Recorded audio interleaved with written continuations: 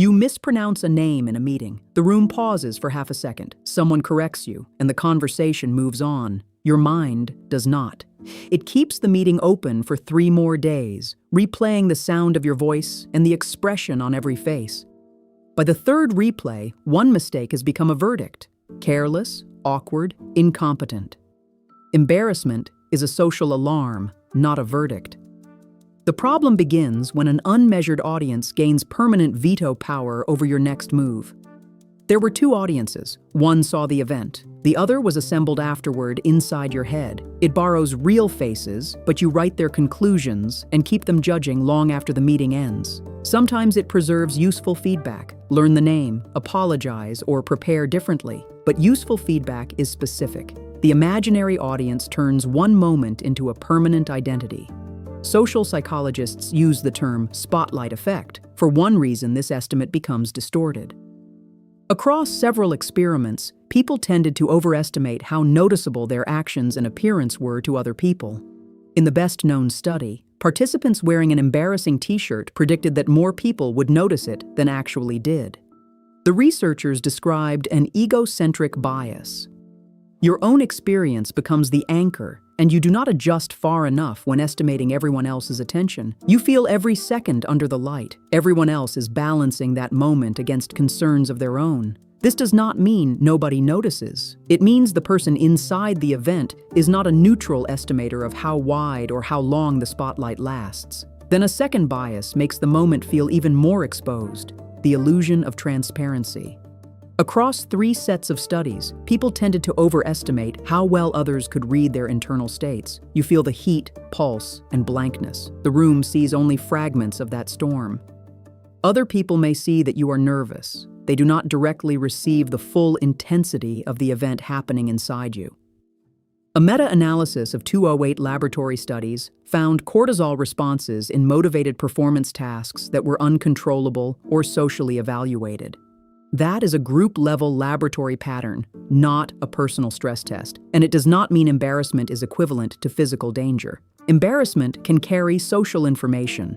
You noticed a disruption, and the relationship or norm matters. Across 5 studies, observers treated displays of embarrassment as a signal associated with prosociality and responded with more trust or willingness to connect. A signal is not a character certificate. Looking embarrassed does not prove honesty, innocence, or goodness, and it does not repair harm by itself. Embarrassment can be a receipt. I noticed, it mattered, and I may need to repair. The goal is not less conscience. It is more accurate measurement. The alarm becomes a prison when avoiding embarrassment matters more than testing the predicted verdict. You stay silent, apologize before speaking, or rehearse until the opportunity passes. Preparation helps. The problem is protection designed to prevent a clean test of the feared conclusion. Clinical researchers sometimes call these safety behaviors. One early study examined them in a counterbalanced series of 8 patients with social phobia. In that small series, exposure combined with reducing safety behaviors produced better within-situation results than exposure alone on anxiety and belief in the feared outcome. 8 clinical cases are narrow evidence.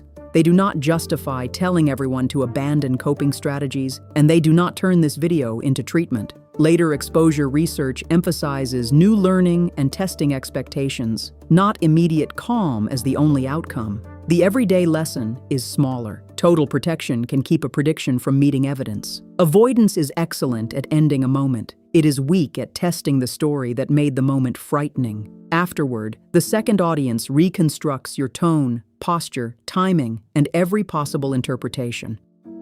A 2024 meta-analysis found a moderate association between post-event rumination and measures of social anxiety symptoms across the included studies. Association is not one-way causation, and replaying one embarrassing moment does not diagnose a disorder. Review asks what happened and what should change. Rumination asks what the moment proves about you. Review can produce a correction. Rumination keeps reopening the courtroom after the evidence has stopped changing. So use an embarrassment calibration loop. Predict, act small, observe, and update. This is a low-stakes editorial practice, not exposure therapy, and it is not a guarantee of confidence. First, predict. Write the feared conclusion precisely enough that evidence could count for or against it. Instead of, "This will be humiliating," try, "If I ask one question, everyone will think I am unprepared and stop trusting me." Second, act small. Choose one voluntary, low-stakes action slightly beyond avoidance, not a dare and not a confrontation with danger. Ask the question without the three-sentence apology. Let the purpose be learning, not performing confidence. Third, observe. Record what people actually said or did, and keep private conclusions in a separate column marked unknown. 2 people answer, 1 looks away, and the manager moves on. That is evidence. The permanent verdict is still inference. Fourth, update. Decide whether the action, the repair, or the prediction should change. Repair a real preparation gap. But noticed, uncertainty is not the same as permanent reputational damage. The practice does not ask, "Did I feel awkward?" You probably did. It asks, "Which prediction survived contact with evidence?"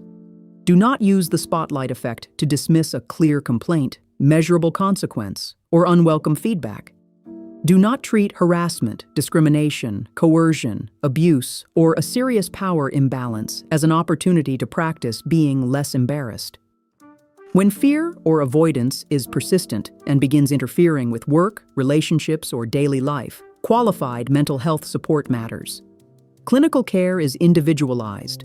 Sometimes the room noticed. Sometimes repair is necessary. Sometimes the imagined audience was larger than the evidence. Your face may get warm. Your voice may shake. None of that turns one moment into a final verdict. Courage is not the absence of embarrassment. It is refusing to let an unmeasured audience make every decision.